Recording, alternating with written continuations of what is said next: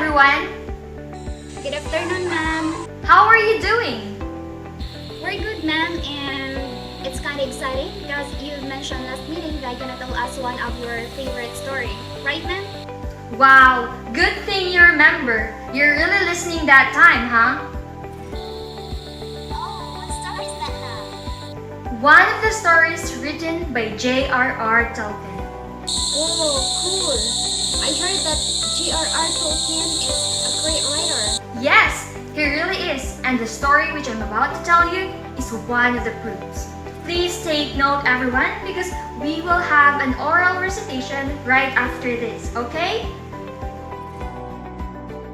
So, J.R.R. Tolkien is best known for his epic Lord of the Rings trilogy and The Hobbit. J.R.R. Tolkien was born in the British-occupied South Africa. His early life was full of action and adventure. By creating alternate universes and inventing languages in his work, he demonstrated that imaginary realms were not just for children. Fondly remembered as the father of high fantasy, Tolkien's books have inspired blockbuster movies and legions of fans. So, now that we already know who Tolkien is, let's now begin the storytelling. The Hobbit by J.R.R. Tolkien. Bilbo Baggins lives a quiet, peaceful life in his comfortable hole at Bag End. Bilbo lives in a hole because he is a hobbit, one of a race of small, plump people about half the size of humans, with fairy tales and a great love of good food and drink. Bilbo is quite satisfied at Bag End, near the bustling hobbit village of Hobbiton. But one day, his comfort is shattered by the arrival of the old wizard Gandalf, who persuades Bilbo to set out on an adventure with a group of 13 militant dwarves. The dwarves are embarking on a great quest to reclaim their treasure from the marauding dragon, Smaug, and Bilbo is to act as their burglar. The dwarves are very skeptical about Gandalf's choice for a burglar, and Bilbo is terrified to live his comfortable life to seek adventure. But Gandalf assures both Bilbo and the dwarves that there is more to the little hobbit than meets the eye. Shortly after the group sets out, 3 hungry trolls capture all of them except for Gandalf. Gandalf tricks the trolls into remaining outside when the sun comes up and the sunlight turns the nocturnal trolls into stone. The group finds a great cache of weapons in the trolls' camp. Gandalf and the dwarf Lord Thorin take his magic sword, and Bilbo take a small sword of his own. The group rests at the elfish stronghold of Rivendell, where they receive advice from the great elf Lord Elrond, then sets out to cross the misty mountains. When they find shelter in a cave during a snowstorm, a group of goblins who live in the caverns beneath the mountain take them prisoner. Gandalf leads the dwarves to a passage out of the mountain, but they accidentally leave behind Bilbo. Wandering through the tunnels, Bilbo finds a strange golden ring lying on the ground. He takes the ring and puts it in his pocket. Soon he encounters Gollum, a hissing, whining creature who lives in a pool in the caverns and hunts fish and goblins. Gollum wants to eat Bilbo, and the two have a contest of riddles to determine Bilbo's fate. Bilbo wins by asking the dubious riddle, "What have I got in my pocket?" Gollum wants to eat Bilbo anyway, and he disappears to fetch his magic ring, which turns its wearer invisible. The ring, however, is the same one Bilbo has already found, and Bilbo uses it to escape from Gollum and flee the goblins. He finds a tunnel leading up out of the mountain and discovers that the dwarves and Gandalf have already escaped. Evil wolves known as wargs pursue them, but Bilbo and his comrades are helped to safety by a group of great eagles and by Beron, a creature who can change shape from a man into a bear. The company enters the dark forest of Mirkwood, and making matters worse, Gandalf abandons them to see to some other urgent business.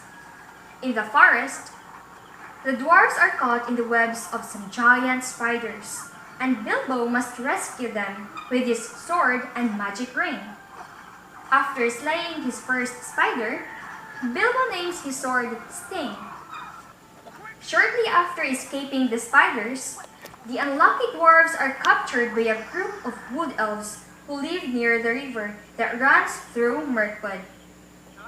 Bilbo uses his ring to help the company escape and slips the dwarves away from the elves by hiding them inside the burrows, which he then floats down the river. The dwarves arrive at Lake Town, a human settlement near the Lonely Mountain, under which the great dragon sleeps with Thorin's treasure. After sneaking into the mountain, Bilbo talks to the sly dragon Smaug, who unwittingly reveals that his armor-like scales have a weak spot near his heart. When Bilbo steals a golden cup from the dragon's hoard, Smaug is furious and flies out of the mountain to burn Lake Town in his rage.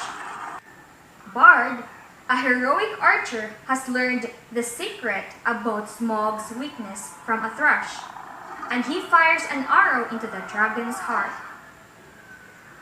Before Smaug dies, however, he burns Lake Town to the ground. The humans of Lake Town and the elves of Mirkwood march to the Lonely Mountain to seek a share of the treasure as compensation for their losses and aid. But Thorin greedily refuses, and the humans and elves besiege the mountain. Bilbo sneaks out to join the humans in an attempt to bring peace. When Thorin learns what Bilbo has done, he is livid, but Gandalf suddenly reappears and saves Bilbo from the dwarf's wrath. At this moment, an army of goblins and wargs marches on the mountain, and the humans, elves, and dwarves are forced to band together to defeat them. The goblins nearly win, but the arrival of Beorn and the eagles helps the good armies win the battle. After the battle, Bilbo and Gandalf return to Hobbiton, where Bilbo continues to live. He is no longer accepted by his respectable Hobbit society, but he does not care.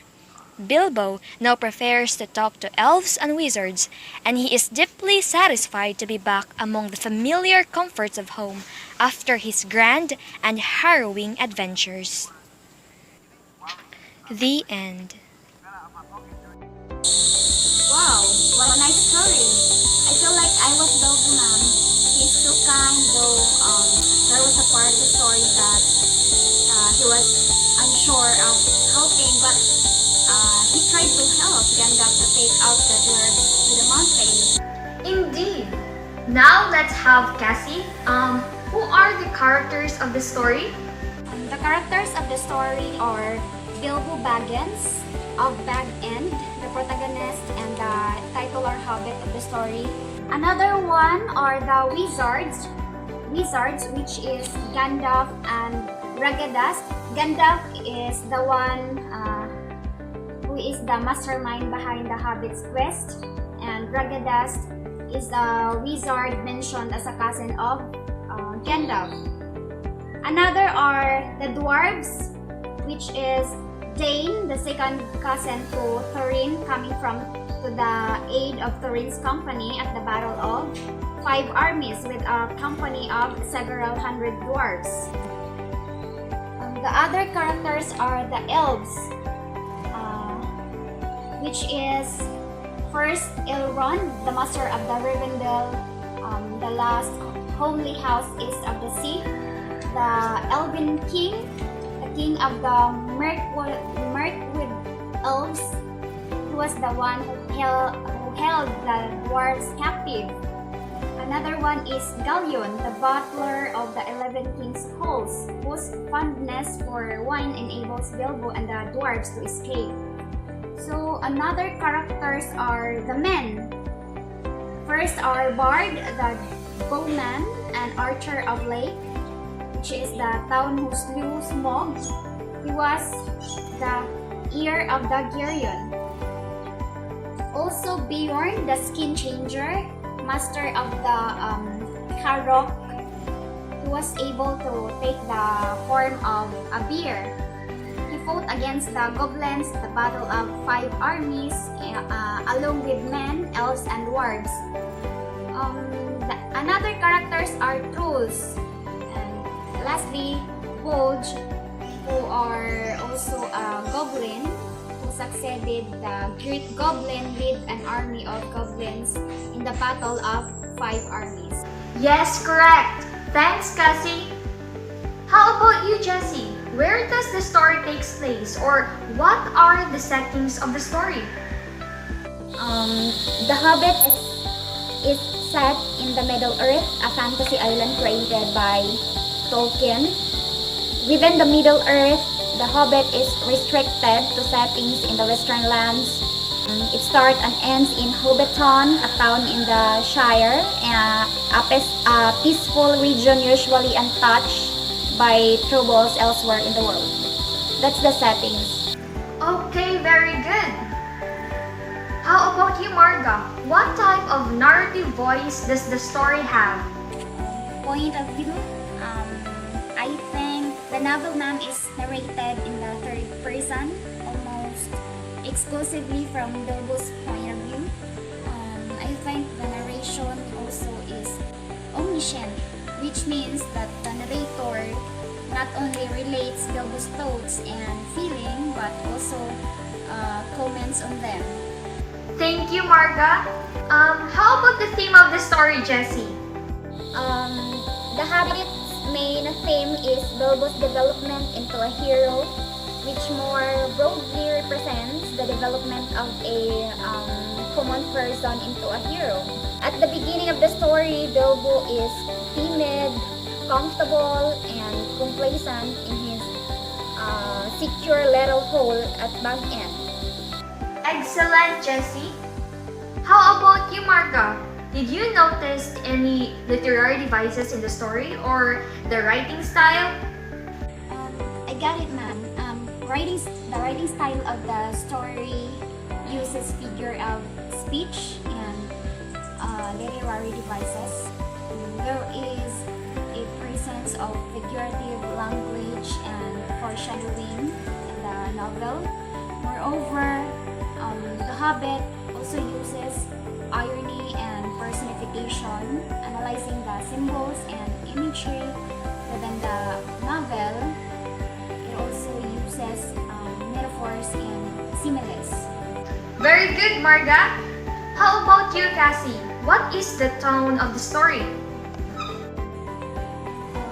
The narrator's tone is light and casual. Excellent. How about you, Marga? What is the major conflict in the story? In The Hobbit, the primary external conflict is the quest to reclaim the Lonely Mountain, while many minor external conflicts include Gollum, the orcs, and the spiders. And the primary internal conflict is Bilbo, adventurous spirit, his dark side, and his desire to be home and comfortable, which is his side. Uh-oh. I wish we could stay and talk more, but I'm afraid we have to go because it's already time. Anyway, thank you guys for listening. I hope you learned something today. Bye!